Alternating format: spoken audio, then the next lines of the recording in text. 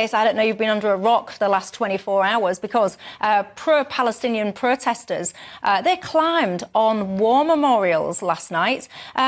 Look at this. If you're listening, not watching, it's just absolutely disgusting, quite frankly. And you can see them. They're on these monuments. And, of course, I mentioned this is London. You've got the police there. They're nice and politely asking them, would you mind awfully if you could come down? This is the bit in a second that gets me. Look at him trampling all over that soldier there. Do you see it? Now, when I watch this, a few things pop into my mind. The first thing is, I think to myself, can you imagine if that person was wearing a football shirt? He wouldn't be having a nice polite chat with him, would he? Be yanked off that statue quicker than I don't know what. Can you imagine if that guy had the audacity, brace yourself, trigger warning, to misgender someone?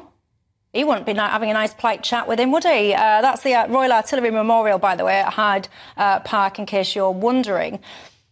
Now, these people were not arrested. In fact, actually, what I think I might do is switch now to the Mark Rowley, of course, head of Met Police. If you listen, because he's faced a lot of criticism. Why weren't these fellas arrested and people like them, etc.? Listen to what he had to say. The explicit things about last night, it is not illegal to climb onto a statue.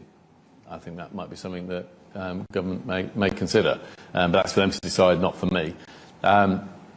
The officer recognised that whilst it wasn't illegal, it was sort of it was unfortunate, inflammatory in certain ways. The officers at the scene asked them to get down, and they did.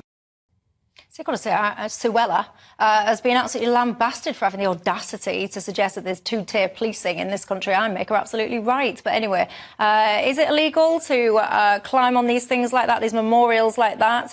Should it be illegal? If not? Well, I'm going to start by saying that for me, that Royal Artillery Monument is the finest and the most moving war memorial in the whole of London.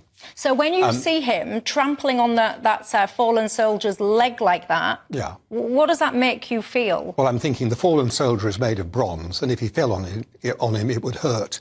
The dead soldier, would win in any battle with him. So I'm not that worried about that. It is offensive that they do it. But the question is it illegal? And you're asking the wrong person, because I never claimed to be a lawyer. But there are plenty of people out there who are willing to say that there is adequate legislation available through Public Order Act and other types of legislation. Well, a Tory MP, Neil O'Brien, said exactly that. Section 5, Public Order Act 1986, makes it absolutely illegal. Yeah, and that would have that would have been available, and so on. And it's hard to put this on a particular policeman who, I don't know what rank he had, who was in charge, but probably not very senior, who was actually present on the scene in charge, and to expect him to know the law in that level of detail. It's a different matter for the Commissioner of Police to come out and say that it's not illegal if he has the opportunity to take better legal advice. So what does he want? He wants an act that's going to make it illegal. OK, so but will he then enforce it? That's the other thing. If they're not willing to enforce it, if the object of policing these demonstrations is to have a nice, peaceful time by compromising with people, even those who are behaving in a way that is illegal or potentially illegal, then it won't be enforced. But we know that with other things, it will be. Richard? Yeah, well, I think that the law probably does provide them with the ability to act. And the thought I have in my mind is the town that I live in Oxfordshire, has a war memorial in it. And last week, someone was acting disorderly and urinating on the war memorial. The police were called out. They tasered the man. What? Was it just a drunk random fella? I don't know the details beyond what was reported in the local press, but probably something like that. And the police were called out, tasered the individual to subdue him, and took him away. And so I don't think it's necessarily a case that we need a new law. I think it is about how different police forces interpret and operationalise that law. And there does seem to be a difference from police force to police force. So do you think Suella, when she was on about two-tier policing, do you think she was right? Well, it's not necessarily two-tier, because this is about Thames Valley Police versus the Met. And so it could be that different people who are in charge of different police forces have given different instructions to their officers.